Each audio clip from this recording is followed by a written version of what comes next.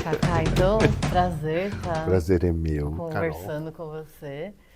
A gente vai falar um pouco sobre arte. Minha pergunta é, quando que você acha que a arte entrou na sua vida? Quando que você... Memória mais Uau. antiga, assim. A memória mais antiga é a minha vida mesmo. Então, eu tenho que voltar um pouquinho naquela situação do que foi minha mãe, né? A minha mãe foi empregada doméstica de uma família única, né? Com 9 anos de ano. Dos 9, talvez, até os 17, quando ela vai para uma fábrica, né? E aí, ela tinha 9 anos e as meninas, que eram uma gêmea, né? Gêmeas, duas meninas, elas estudavam piano. E aí, enquanto minha mãe lavava a louça, elas tocavam piano. Então, quando eu tenho 4 anos, minha mãe conhece uma moça que era pianista, sei lá, por prazer, não sei. Ela era e a mãe dela. E eu era um toquinho, né? E aí a gente foi numa conversa na casa dela. E eu sentei no piano e não saí do piano. E ela falou: "Você quer aprender piano?" Aí minha mãe falou: "Meu sonho é que ele toque um piano." E aí eu acho que hoje, né? Eu acho que a minha mãe foi lá muito para ela gostar de mim e me ensinar piano. Então eu tenho a vida musical, que é a minha arte predileta, começa com 4 para 5 anos com essa moça que me ensina piano. E eu toco piano até os 15, né? Eu rompo com o piano, então, assim, tem um processo muito louco, porque minha mãe vira protestante, né? Que tem uma orquestra que toca lá, e eu não tocava porque não toca piano.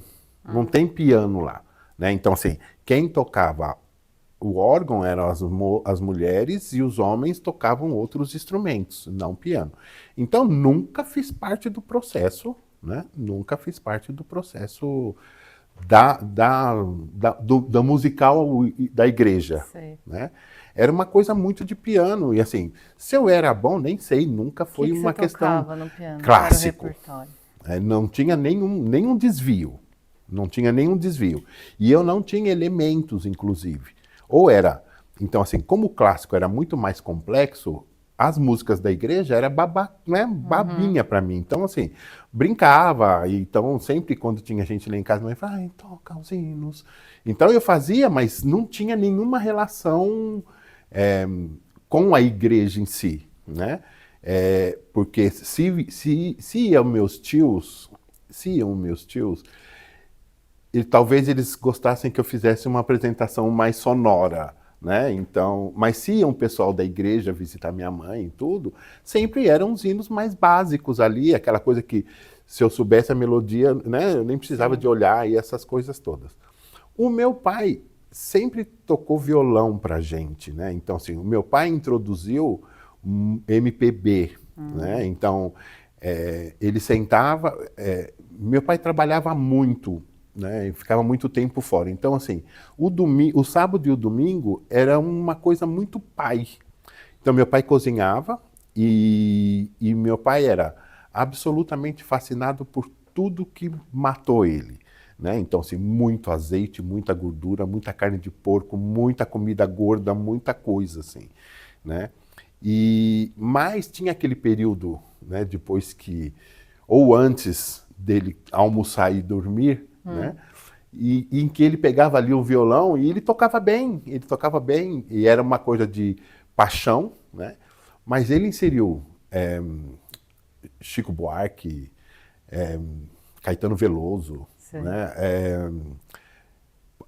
O grande cantor da vida dele, que era Paulinho da Viola. Então, assim, era uma coisa musical. Por conta de mim, de eu tocar piano, os meus primos e as minhas tias começaram a mexer com meus primos, né? E colocar todo mundo para tocar, mas aí já era uma coisa que era muito mais da igreja. Então, eles sempre ofereciam um instrumento que eles poderiam tocar na igreja e vai todo mundo para a igreja nesse período em que você não tem escolha, né? Então,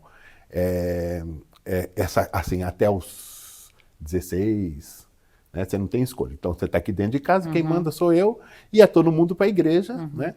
Eu começo a... Então, assim, com 14 anos, começo uma coisa, porque eu tinha um primo que me levava para o centro da cidade, porque ele era mais velho, e tinha uma loja que ele comprava, então, assim, ele falava, vamos, e teve uma tragédia na família, esse primo ficou sem mãe e pai, a minha avó cuidava dele, então a gente era muito próximo, e ele me levava para o centro desde jovem. E tinha o Teatro Municipal, que eu tinha uma loucura com o Teatro Municipal, né? E aí um dia eu passei lá e falei assim, tem concerto aqui, né? E quanto custa? Ele falou, não, domingo de manhã, começa às 9 horas e é de graça, sempre tem apresentação e tudo. E aí isso virou minha religião. Então, todos os domingos eu ia na missa, né? E aí eu comecei a ficar apaixonado pelos violinos. E aí eu comecei a estudar violino, né? E aí eu comecei a estudar violino e eu nem sei o que pode ser, mas assim, eu toda vez chegava cedo para sentar na cadeira 17. E tinha uma senhora que chegava e sentava na cadeira 19. E a gente foi, primeiro domingo, 10º domingo, 1 hora a gente começou a se cumprimentar, né? E aí a gente começou a conversar, então a gente ficou próximo, então, hoje vai ser Mendelssohn, hoje vai ser Beethoven, hoje tem isso. E aí ela era uma senhora mesmo, eu tinha uns 14 anos e ela tinha 42, uma senhora. Tá bom. E aí a gente ficou muito tempo indo, né? E aí um dia ela falou assim, ai que bom, né? Hoje foi bem legal e não sei o quê. E aonde você mora? Aí eu falei assim, eu moro lá em Interlagos. Ela falou, aonde é? Eu falei assim, ali perto da igreja, não sei o quê. Ela falou assim, gente, acabei de mudar para lá. Né? Aí eu falei assim, nossa, que loucura. E aí, assim, eram 2 bairros. Ela estava num bairro que era um bolsão que tinham criado de alto padrão. E eu estava aqui do lado da Igreja Verde. Mas aí a gente começou a ficar amigo, né? E aí ela falou assim, e aí o que faz? Toquei piano. Eu sou pianista também. Quando eu vi ela era pianista de verdade, né? Ela era pianista, ela tinha feito concertos, ela era pianista de verdade. E aí ela tinha um filho que tinha 3 anos, e ela falou assim, e você está fazendo o quê? Então, estou estudando violino, tudo. Ela falou, então vou ter uma professora boa. Aí ela falou com a primeira violinista francesa do Teatro Municipal, que era amiga dela, que chamava Marie Noël, e aí ela falou, ele vai fazer aula com você. Então, eu nem sei se era uma coisa de amizade ou se ela pagou. Só sei que a Marie Noël começou a ser minha professora e eu aprendi violino e eu era maluco, né? Então, assim, eu estudava de verdade 10 horas e sangrava o dedo e estudava. E aí eu aprendi violino de verdade. Então, a gente tocava junto, né? Todos os pianistas que... Alguns já morreram, hoje outros são velhos, mas são famosíssimos, iam para casa dela. Então, era concertos e muito dessa coisa. E fora isso, a gente ouvia música quando a gente estava calmo, né? Então, eu com 15 anos, ela com 40 e pouco, ela, a irmã, né? Então, a gente ficava ouvindo música e falando... viajando para Campos do Jordão, meio que eles me adotaram e meio que isso passa a ser a minha família, né? Com todos os processos drásticos que era na minha família real, né? Então, assim, essa separação, essa coisa toda, tinha os problemas normais de família, né? E eu fico com essa família de músicos, quer dizer, nem era a família dela, né, ela, o marido e o filho, nem nada, era uma família de músicos, que era o amigo, o Aimar, o Nelson Freire, era um monte de gente famosíssima. Você passava o dia com eles? Que a gente ficava tudo junto. Não, mas assim, com ela sim, porque aí tudo começou a rodar e como eu nunca fui jovem, né, então caí como uma luva. Sei. Caí como uma luva. E essa coisa da música clássica mesmo, total. Deixa eu te perguntar, o que que você acha que te atraía, assim, para você se identificar com a música clássica, com o violino? O que que ressoou em você? Eu acho que é essa compulsão de superação. Né? Então, a coisa do mais difícil era a coisa que... E aí, por exemplo, os meus compositores prediletos eram doidos. Né? Então, assim, eu não era muito eu gostava dos clássicos mesmo, né? Mas as músicas que eu ouvia eram músicas mais complexas do que música mais simples, né? E eu era, assim, minha grande paixão era Bach, era matemático, né? Aquela coisa toda que tem. E que a gente nunca foge assim, da coisa religiosa, sabe? Tinha ali, Sim. acho que, uma coisa de perfeição e pureza, né? Que acho que é o que a religião incute em você, né? Sempre procurar a perfeição, ficar bem e ser bom e etc, etc. Então, eu passo muito tempo nesse processo da música clássica mesmo, né? E aí eu faço parte. A Marie Noelle me indica para a orquestra do Sesc Consolação, que eu fiquei Que tava lá, começando, né? que estava começando. Aí eu fico, indicação dela, e eu fico lá um tempo e tudo. E aí, quando eu tô com 25 anos, né? Eu começo a ter acesso... Antes disso, tá, assim, 18 anos. Meus primos moravam em Minas Gerais. A irmã da minha mãe, que tinha, naquela época, 4 filhos.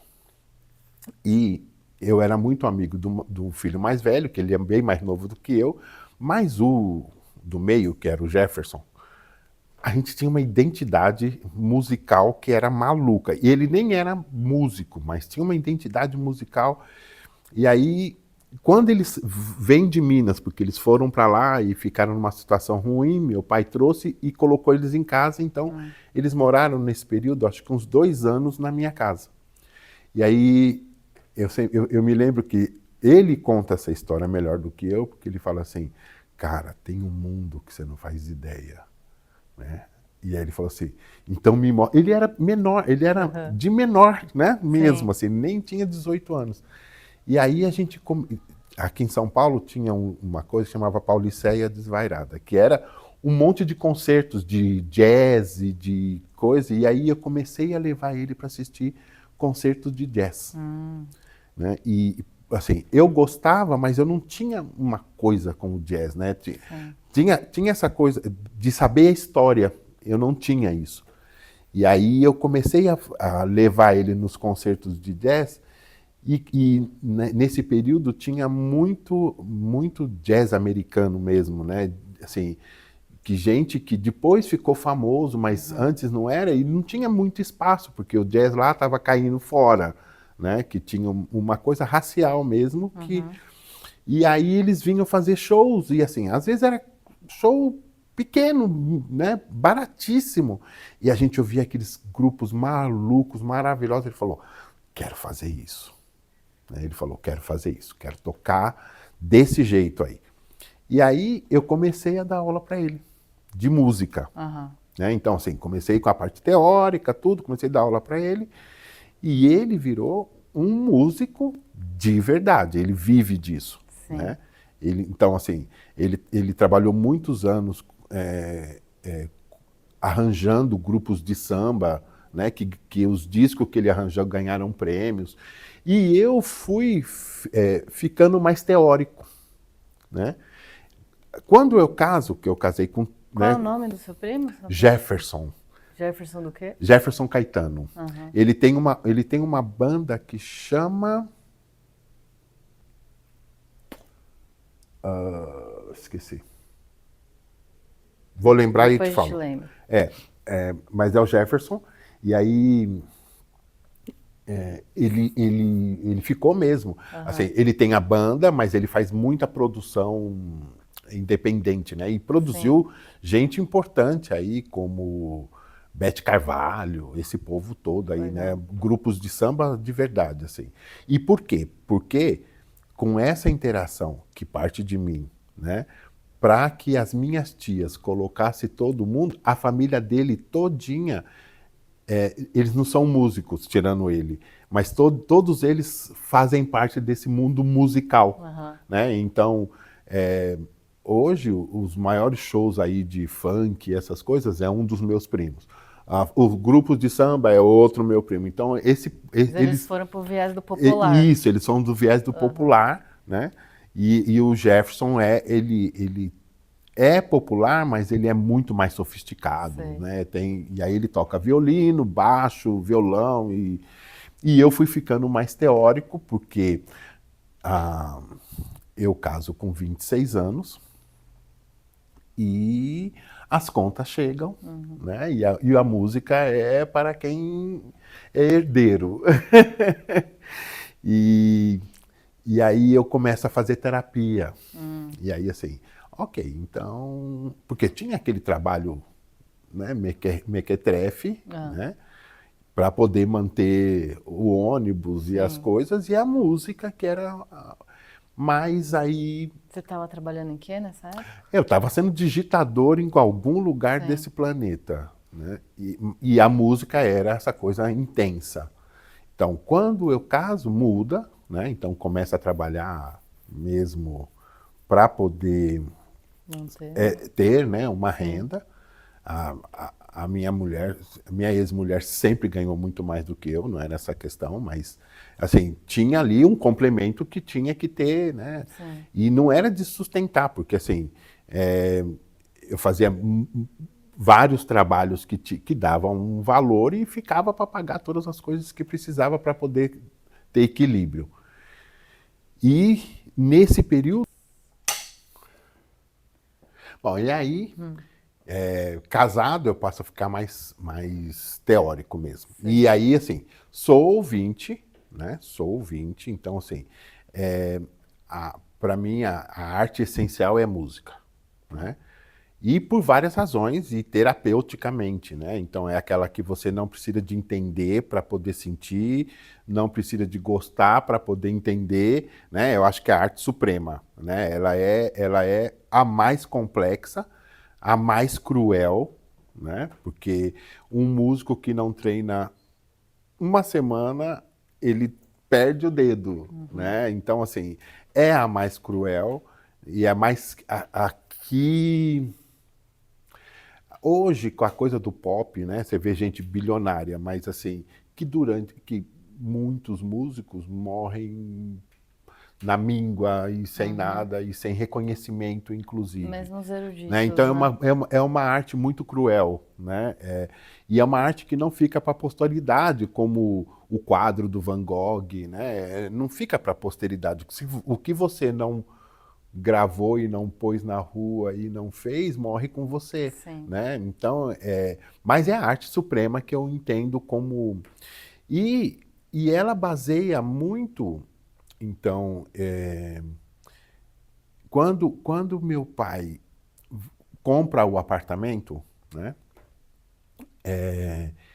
Ele faz os móveis sob medida, porque eu tinha 1,60 m, mas meu irmão tinha quase 2 metros. Então ele faz uma cama, né, do tamanho, tudo, e ele faz um armário de roupa, mas em cima, virando todo o quadro, ele fez uma estante que ele falou: Xará, aqui vão seus discos. Né? Naquela época devia ter uns 500 discos.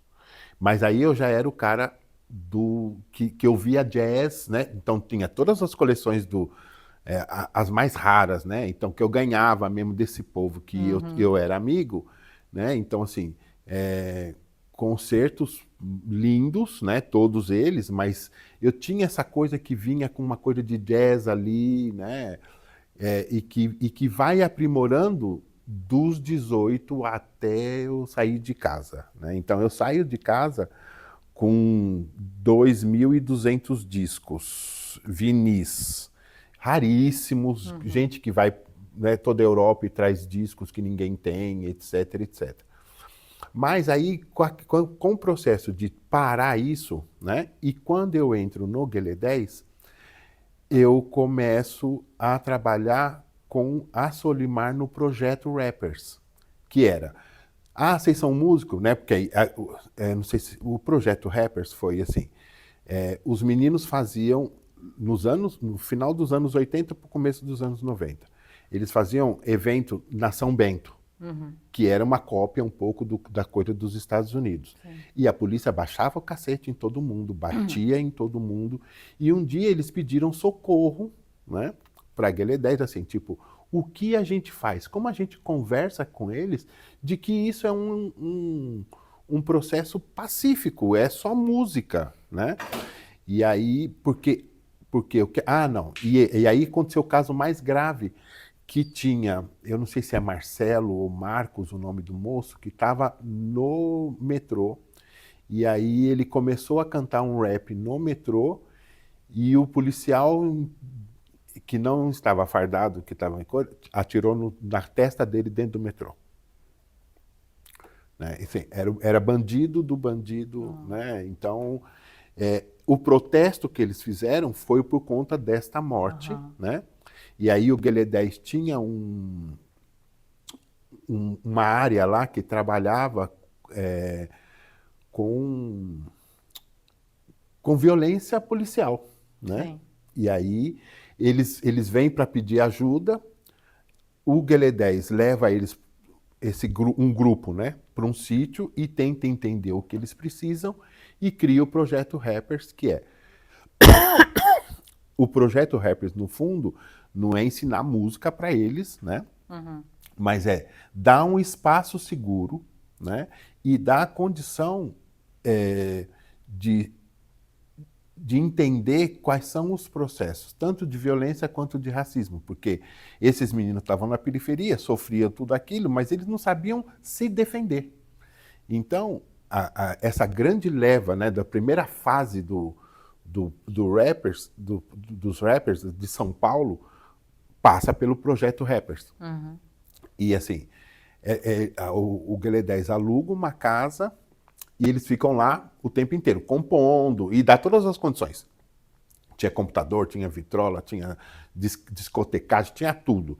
E tinha os encontros o que era considerado hip hop. Então, os grafiteiros, os breakers, era muita gente. E eu preparei o tal do curso da influência da história, né, dos africanos e foi para eles que eu dei a primeira palestra disso foi para eles entenderem, porque assim, aí eu conto, então, o que era essa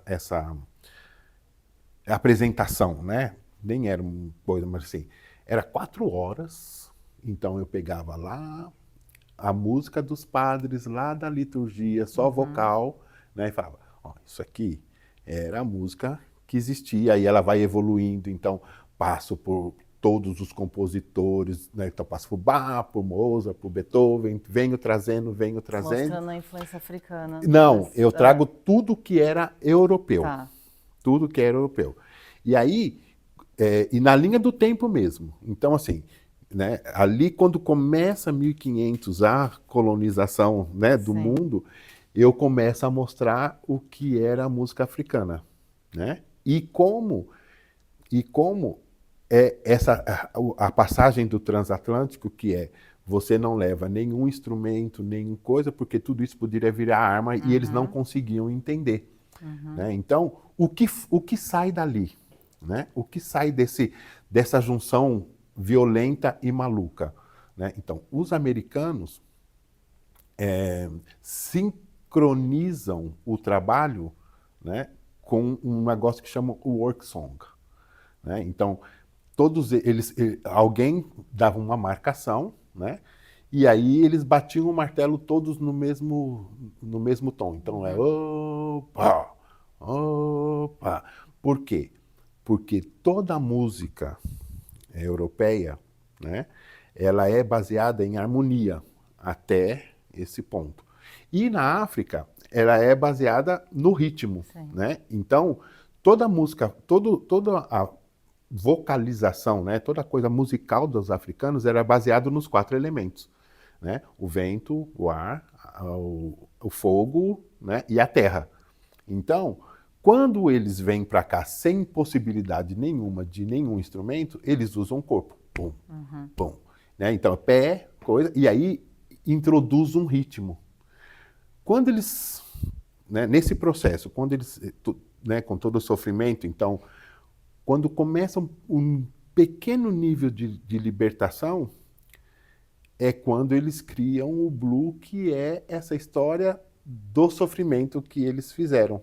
Né? Então, começa a ter acesso primeiro à guitarra, porque eram homens livres, né? E aí eles vão tendo acesso aos outros instrumentos de acordo com diferente da gente, né? Brasil e Jamaica, lá o dinheiro gira em torno deles porque eles não têm acesso a expandir isso, né? Aqui não, aqui a gente foi jogado, né? Então, a diferença é que essa formação americana, né, nasce o blues, e depois as sequências do jazz, né, desde o princípio até o mais complexo. Na Jamaica já é um pouco mais para frente e aí já tem alguma coisa meio de que chama de guitarra, mas não elétrica, né, que é uma coisa que vai para o roots, que vira o reggae. E aqui no Brasil o acesso era de instrumentos espanhóis e portugueses que criam o chorinho. Né? Assim, dentro da história da música, por exemplo, o Brasil é absolutamente incrível porque o que os escravos fizeram em algumas regiões, né, são coisas que hoje são... perderam, inclusive, a tradição de ser negro, né? Vira MPB, vira essas coisas. Mas, por exemplo, uma turma que sai de Minas Gerais é a turma que inventou, de escravos, que inventou o tango. Não a dança, mas o ritmo. Né? Então, o tango nasce em Minas Gerais e é levado pelos holandeses, né, a essa fazenda porque eles cortam tudo para chegar na Argentina. Tá. Né? Eles não vão por outro lado, eles passam pelo Brasil. E são os holandeses que são expulsos e tem que caminhar e eles vão. E aí esse grupo tinha um tipo de canção que vira tango, né? Então, assim, documentado, reconhecido. Né? Então, essa aula era o que eu fazia constantemente para os rap, para eles entenderem. Então, eu pegava desde os padres, né? E levava até o hip hop. Então, era uma história mesmo de música. E né? como que você sentiu que eles receberam esse conhecimento Eles, todo? até hoje, até hoje eles dizem que isso mudou a vida deles. Entender a história da música, né? Entender, porque o que combina com o que eles faziam, né, é o fato de que justificava o processo de ser uma música de protesto. Né? Todo esse processo da música negra, inclusive a perda dela, né, no mercado, né? Então, por exemplo, o que a gente faz o Milton Nascimento, ele é um cantor negro que é muito diferente de chamar de MPB do Chico Buarque. Né? Então, o menino da Zona Sul, da Lagoa, riquíssimo, maravilhoso, não sei o quê, e a música que o Chico... Então, como essa coisa racial se perde quando você fala assim, tudo isso é MPB. Né? Então, aí só se dá agora que você consegue ver, e aí eu estou fazendo uma crítica mesmo, em que você tem vários prêmios e apresentações e shows, né, do Chico Buarque ainda com quase 80 anos e o Milton Nascimento e o Djavan praticamente esquecidos, né, para grupinhos muito fechados e muito... Então, isso é um pouco aonde a coisa... Né, e assim, não tem registro, nem vai nascer outra cantor tão impressionante como foi Milton Nascimento, com a história que ele fez. Né? Ele foi o primeiro cantor que lotou um estádio, ele, sabe? Então, assim, cantor brasileiro, né? Nem foi Roberto Carlos, porque, né? Foi Milton Nascimento que encheu um estádio, né? Então, assim, como essas coisas se perdem juntando num processo ali, né? Então, De apagamento. e era muito essa história que a gente contava. Então, a minha vida da arte, né? Então, assim, além da filosofia que tem a estética, então a minha adoração pela arte europeia, que é o que a gente tem acesso, Sim. né?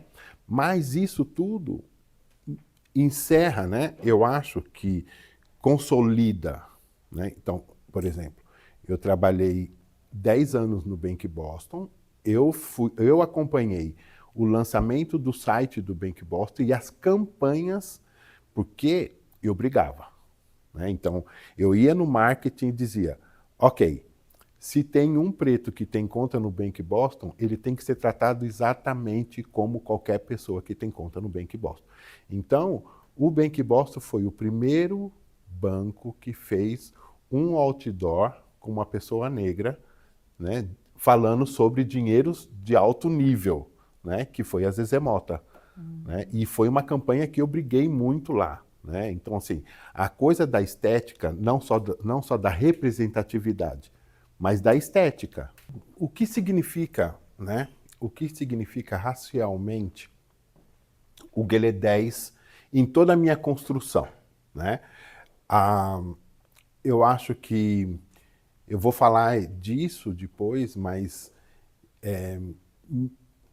a primeira questão é a relação matriarcal de um outro ponto de vista, né? E aí, não que não seja, mas eu acho que a formação das mulheres de Guelé 10 trabalha a questão matriarcal, e aí eu não estou falando internamente, em casa, nada disso, eu estou dizendo como sociedade, né? Então, Sim. o olhar que elas veem, e eu já tinha trabalhado, né, então, lá nos idos de 26 a ter 30 anos, tem uma grande mudança, porque aí, depois que eu passo por lá, eu sinto primeiro uma confiança, né, de que, ok, você não sabe, mas você acha que você dá conta? Né? Então, esses desafios, né, que lembra lá o meu pai, mas que é de uma forma diferente, porque não tem não tem nenhum romantismo, né? É assim, ó, precisamos disso. Sim. E você faz isso. Né? Então, essa coisa que vai me formando, que eu vou utilizando os elementos musicais, né, para recompor qualquer produção que eu fiz dentro de Guelé 10, né? Então, essa coisa da arte e como é que eu comecei a criticar, não criticar, eu amo a arte, né? E aí eu digo isso porque não é que eu não faça distinção, é que eu acho que gênio, né? Então, os gênios que sobrevivem, né, eles são péssimos no resto das coisas. Né? Então, eles estão sempre contra algum sistema, né? E às vezes é interno, mas eu amo a genialidade em si. Não o cara que está por trás dela, não a bagunça que é por trás de qualquer genialidade. O fenômeno. Só aquele fenômeno e que, na minha visão, ela ainda tem prazo de validade. Então, um gênio, né, num elemento, ele não é gênio para sempre, ele é reconhecido para sempre, né, mas ele não é sempre genial e está tudo certo e está tudo bem. E aí o Guelé 10 abre esse espaço de recolocar, e aí como é que eu, com tudo que eu aprendi, né, e eu sei me comportar, então, por exemplo, eu sei tudo que a academia, né, eurocentrada quer. Sim. Né? E eu não quero subverter, eu quero estar dentro das regras apresentando uma proposta diferente, com cor diferente. Né? Então, acho que toda a minha estética é meio clássica e velha, porque eu uso as regras da academia para poder dizer, só que é um homem negro, só que é uma mulher negra e não é a cara que você estava esperando.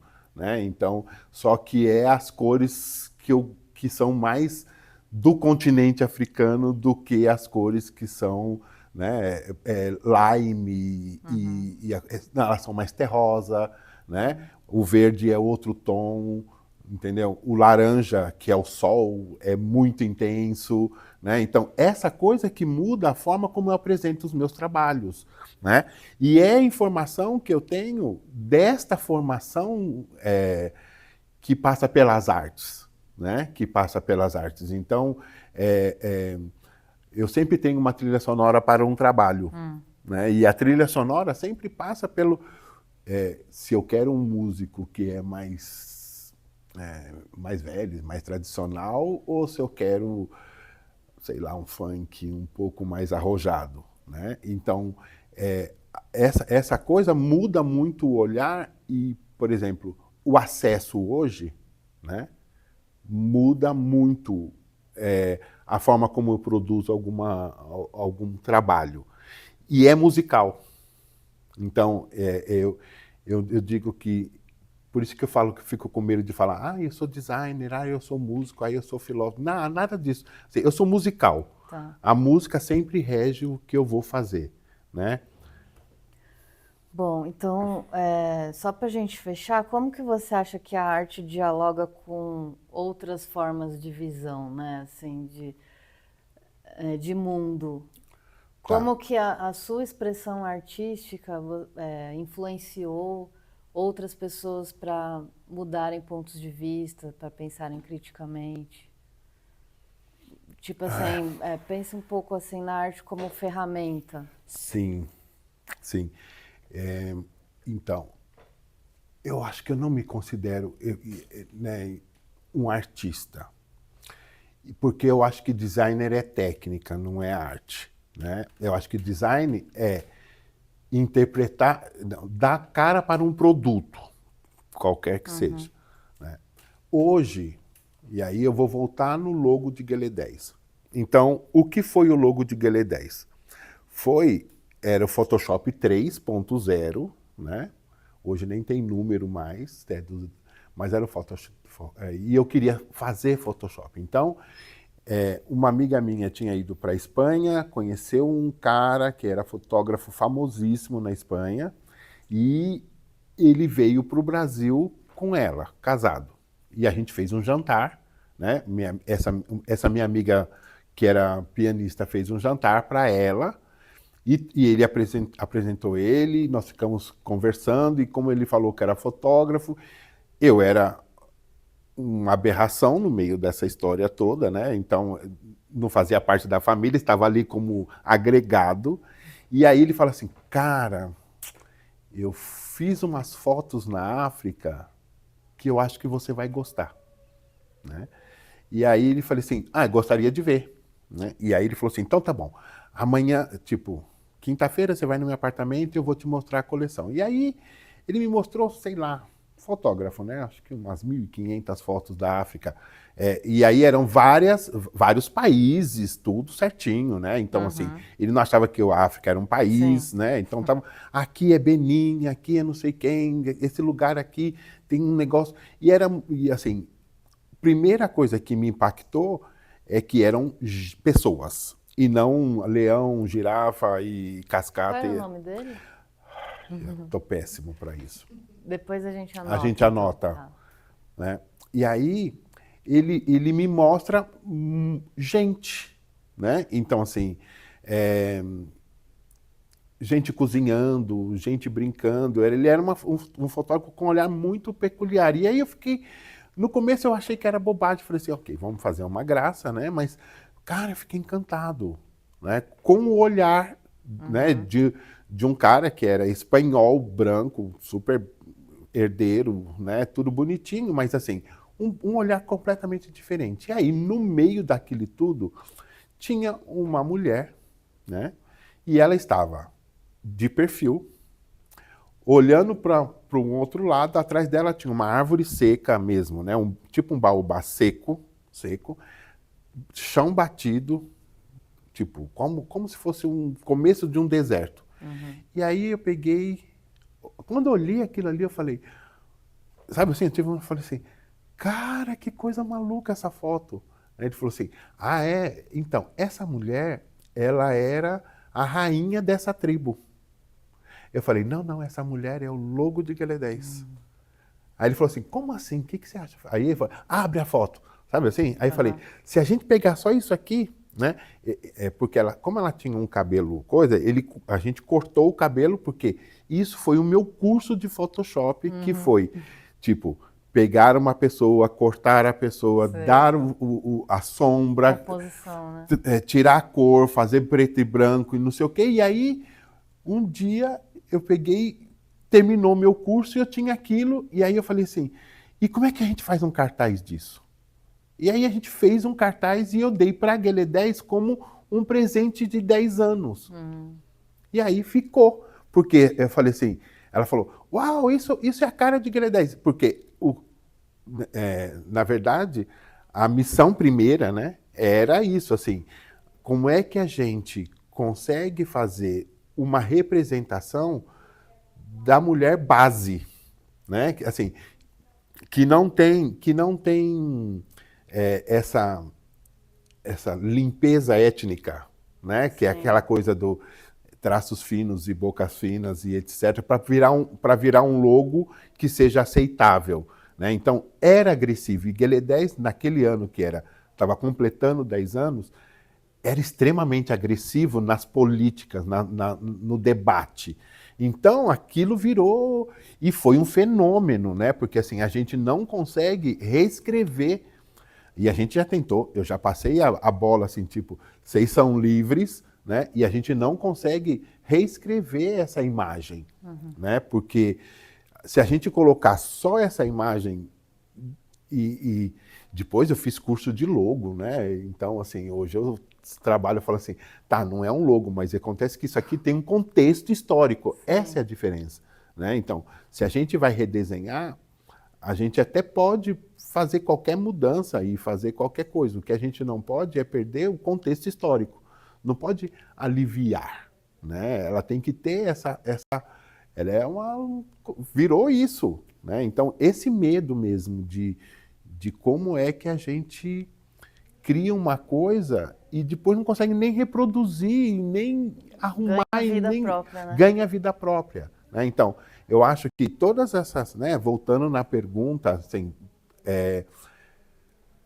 depois de um tempo, as pessoas começaram a me consultar, né? Então, elas queriam que eu tivesse uma regra, né? E aí eu sempre digo que parece que é uma bagunça, né? Parece que é uma bagunça, mas é porque a influência, né, não é de um único lugar, né? Então, assim, em algum momento a gente deixa para trás um pouco dos conceitos europeus, né? Então, hoje a palheta de cores, né, ela é mais brasileira do que africana, mas brasileiro de como a gente se identifica, né? Então ela não é marrom e bege, né? Mas ela tem uma cor muito mais que tem um vermelho tingido ali que a gente quer representar, né? Então assim, a gente usa esses elementos, mas eles são mais flexíveis, né, do que as regras duras da ditadura colonial. Entende? Porque assim, a gente não baseia no que eles, né? Então, assim, estou falando da Europa, né? Porque a Europa vê a África como um bloco. E aí ela fala, é verde, branco e amarelo ali. Né? Ela não vê a África como as suas especificidades e aí cada coisinha dessa que a gente tem acesso e aprende é o que a gente faz uma coisa que a pessoa fala assim, mas isso é super novo. Não, isso é só releitura de um outro lugar onde você não conhece. Então, acho que quando a gente pensa, né, nessa influência e ela tem essa mistura toda de disrupção, desconstrução, não é um olhar, são elementos mais fáceis A mente que foi formada, né, na Europa pode entender o que nós estamos fazendo, mas nós não estamos recriando nada. Tá. Né? A gente tem uma vastidão de opções para poder ler outros caminhos e ler outras propostas. Né? Então, assim, não acho que seja criação. Né? Eu acho que é uma outra leitura. Né? Então, essa coisa, eu sou assim, eu não posso introduzir no Guelé 10 alguma coisa afrofuturista, que é uma coisa que eu gosto muito, porque ele brinca exatamente com essa construção, não de um bloco. Né? Porque você fala assim, putz, mas dá para entender? É porque não é um bloco. Né? É a leitura de espaços físicos diferentes, inclusive. Né? Então, tema, cor, visão de mundo. Né?